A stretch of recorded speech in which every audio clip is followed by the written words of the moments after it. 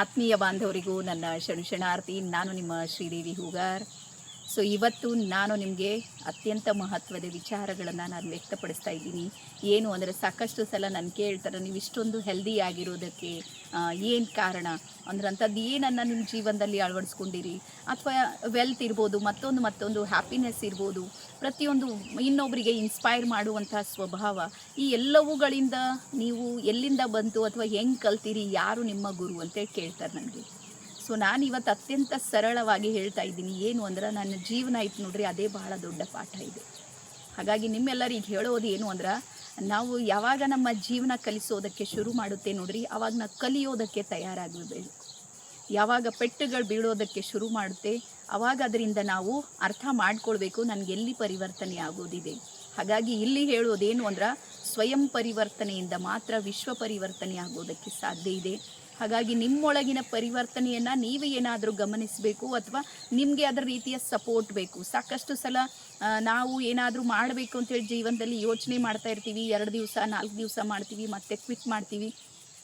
Reason ಏನು ಅಂದರೆ ನಮ್ಮಲ್ಲಿ ಕನ್ಸಿಸ್ಟೆನ್ಸಿ ಇರೋದಿಲ್ಲ. ಅಂದರೆ ನಿರಂತರವಾಗಿ ಮಾಡುವಂಥ ಸ್ವಭಾವ ಇರುತ್ತೆ ನೋಡ್ರಿ, ಅದು ನಮ್ಮ ಮನುಷ್ಯರಲ್ಲಿ ಬಹಳ ಕಡಿಮೆ ಇದೆ.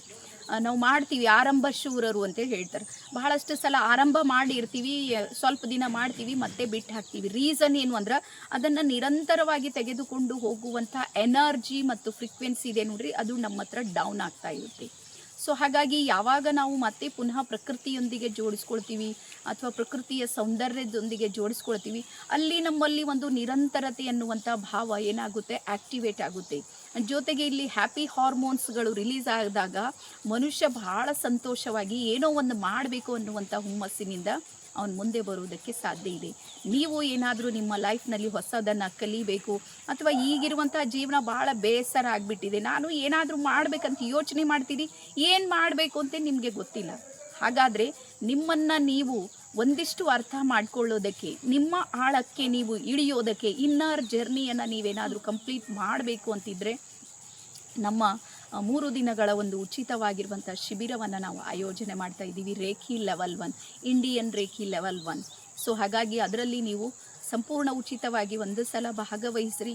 ಅದಾದ ಮೇಲೆ ಗೊತ್ತಾಗುತ್ತೆ ನಿಜವಾಗ್ಲೂ ನಾನು ಯಾರು ಅಂತ. ಸಾಕಷ್ಟು ಸಲ ನಾನು ಅಂದಾಗ ನಮ್ಮ ಹೆಸರು, ನಮ್ಮ ಪದವಿ, ನಾವು ಮಾಡುವಂಥ ಕಾರ್ಯ ಇರ್ಬೋದು, ಅಥವಾ ನಮ್ಮ ಊರಿರ್ಬೋದು, ಅಥವಾ ನಮ್ಮ ಸ್ಥಿತಿ ಏನಿದೆ ನೋಡ್ರಿ, ಅದನ್ನು ಬಿಂಬಿಸಿ ನಾನು ಅಂಥೇಳಿ ಯೋಚನೆ ಮಾಡ್ತೀವಿ. ನಾವಿದು ಯಾರೂ ಅಲ್ಲವೇ ಅಲ್ಲ.